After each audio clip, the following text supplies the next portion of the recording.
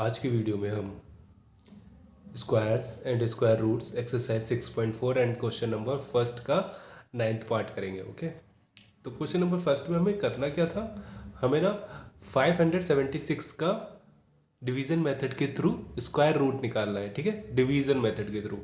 ठीक है, तो नंबर को एज इट इज में लिख लेता हूँ जैसा लिखा है।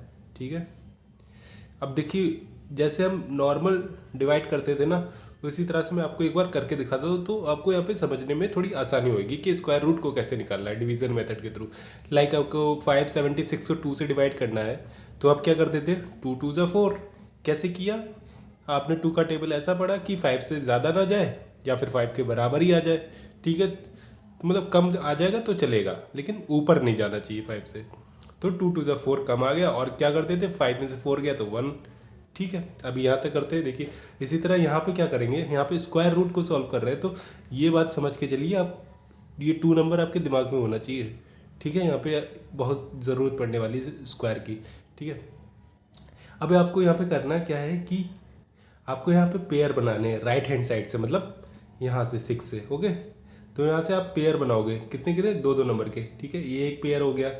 ठीक है, इसके बाद एक और पेयर बनता, लेकिन यहाँ पे एक ही नंबर है तो चलो कोई बात नहीं, इसको हम ऐसे ही छोड़ देते हैं। ठीक है, यहाँ पे आपने क्या किया था डिवाइड में, कि आपने एक ऐसा टेबल पढ़ा कि 5 को एक्सीड ना करे।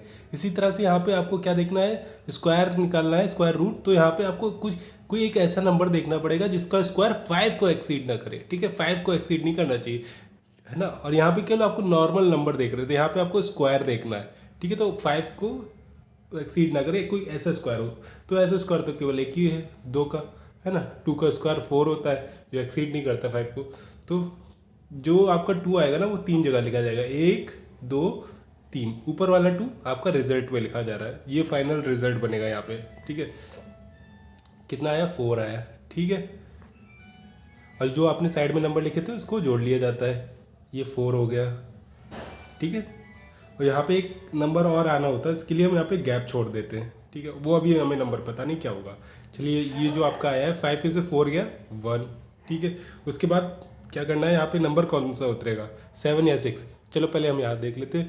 जो नॉर्मल डिवाइड होता था, जैसे यहाँ पे आ गया आपका 1 बचा, तो आप नॉर्मल 7 उतार लिया करते थे, है ना। तो अब यहाँ पे क्या करना है, उसी तरह से ये आपका पूरा पेयर था ना, मैंने पेयर बताया था, तो यहाँ पे आपको पूरा पेयर ही उतार लेना है, कुछ सोचना ही नहीं है। ठीक है, तो मैंने पेयर उतार लिया।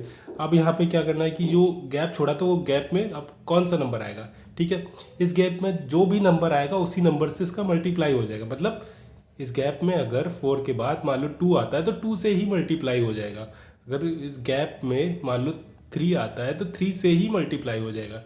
समझ में आई बात। ठीक है, और मल्टीप्लाई होने के बाद जो आपका नंबर है वो इसके बराबर आ जाए या फिर इससे कम आ जाए, इससे जो ऊपर कर रहे थे। ठीक है, तो 176 आ जाए, इस तरह से आप कुछ करना पड़ेगा, आपको ढूंढना पड़ेगा वो नंबर।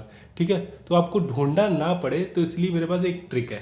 ठीक है, अब देखिए यहाँ पे जो भी होगा नंबर ना, तो ये तो होना ही है। ठीक है, ये 42 होगा तो मतलब 2 से मल्टीप्लाई होगा। अगर यहाँ पे 3 लिखा तो 3 से ही होगा। तो मुझे यहाँ पे एक चीज़ दिख रही है, 2 2 ज़ा 4। ठीक है, 1 डिजिट पे 4 आ गया, 3 3 ज़ा 9। तो ये नहीं है कि 2 2 ज़ा 4 ये 2 का स्क्वायर नहीं हो रहा, और 3 3 इंटू 3 3 का स्क्वायर नहीं हो रहा। और कहने का मतलब है, जो भी आपका स्टार्टिंग का जो पहला नंबर होगा ना 1 डिजिट पे, है ना, वो क्या होगा, एक स्क्वायर का 1 नंबर होगा। मान लो कि थ्री, मान लेते हैं कि 4 4, और यहाँ पे 4 लिखा तो 4 से ही मल्टीप्लाई करना पड़ेगा, तो 4 4 से 16।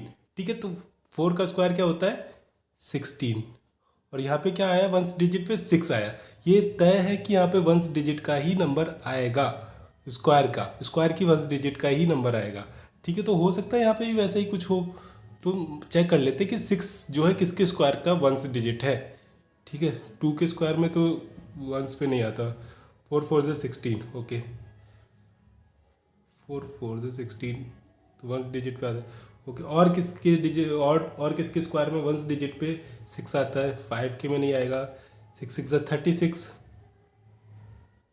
यहाँ पे भी आता है। ठीक है, 7 के में नहीं आएगा, 8 64 9। ओके, तो 4 एंड 6 के में आता है। तो सबसे पहले हम 4 को रख के देख लेते हैं, क्या ये 176 के आसपास कहीं पहुँच रहा है। 4 4 से 16, कि 1 कैरी गया, 4 4 16 एंड 17 ले लीजिए, आपका यहीं पे काम हो गया, तो आपको 6 तक पहुंचने की ज़रूरत ही नहीं पड़ी।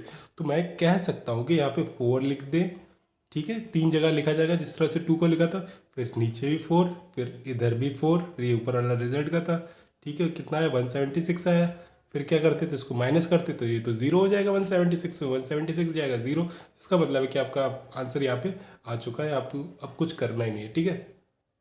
तो मैं कह सकता हूँ 576 का under root with the help of division method कितना होगा, 24।